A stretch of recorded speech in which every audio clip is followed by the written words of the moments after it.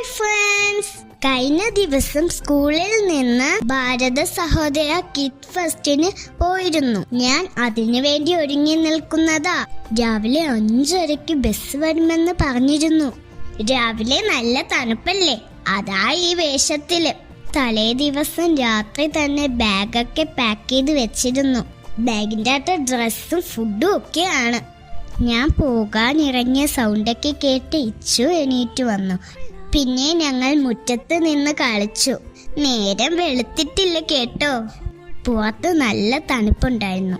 5:30 വരുമെന്ന് പറഞ്ഞെങ്കിലും ബസ് അല്പം ലേറ്റായിട്ടാ വന്നത്. നോബൽ ഗ്രൂപ്പ് ഓഫ് സ്കൂളിലാണ് ഞങ്ങൾ മത്സരത്തിനായി പോകുന്നത്.